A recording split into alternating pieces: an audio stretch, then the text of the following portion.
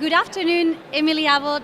Welcome to Amsterdam. Welcome to the University Industry Interaction Conference. It's a pleasure to have you here. I'm delighted to be here. This is a wonderful opportunity to interact with people around the world who work in this space. You're working in one of the best higher education institutions in the United States, in the California Institute of Technology, or Caltech. It is very interesting for us to know what you're doing with companies and your cooperation. However, we also may understand that in your case, with your brand, with your university, companies already want to cooperate with you because they know you're good, because you have a reputation, you have a brand. And I was wondering, what about those universities that do not have companies ringing them, that they have to go and convince companies? What should they do? Well, I work with colleagues from universities, say over 50 universities in the United States, who are public and private universities. So my situation is very unique. It is easy for me to get a hold of a company, much easier, and with someone who's very senior in the company. But there are also strategies any university that wants to do better can use, and they have to do with really assessing what their strengths are, what they have to offer to industry, then being able to articulate that value proposition to industry. In the United States, we sometimes call that an elevator speech. But every university does have strengths, does have something to offer.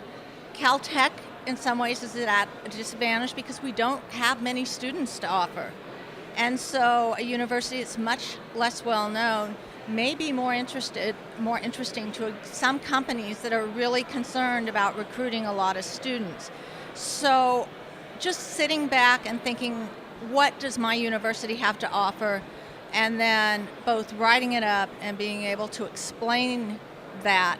I think every university in the world does have a value proposition.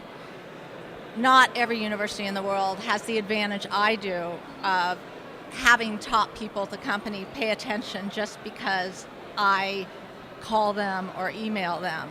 So those are some strategies that I recommend. Okay, thank you very much for your advice. I can imagine it will be very useful for all the universities. And then I'm going to ask you the question that I'm asking to all our participants, and it's about the future. We would like to see how experts in this topic see the future and see the area of university-business relationship in, let's say, 10 years. What do you think? I think that's a challenging question. My institution wants more money from industry, but they haven't always grappled with what that means. Does that mean that we allow faculty to get credit for doing startups? It certainly doesn't right now. Does that mean that we're going to tell faculty they have to do more applied research? So I struggle with that question because I think universities such as Caltech that are very high achieving universities where there's lots of science and nature papers need to come to grips with the fact that if they want to do more university relations, and they say they do, they have to do things differently. I think that will happen. I think it's going to be painful for some universities. So in the end, it will grow. But the universities right now that say this is important but aren't changing what they do internally are going to realize that they have to change as well. So they will. Pretty challenging future ahead then. Yeah.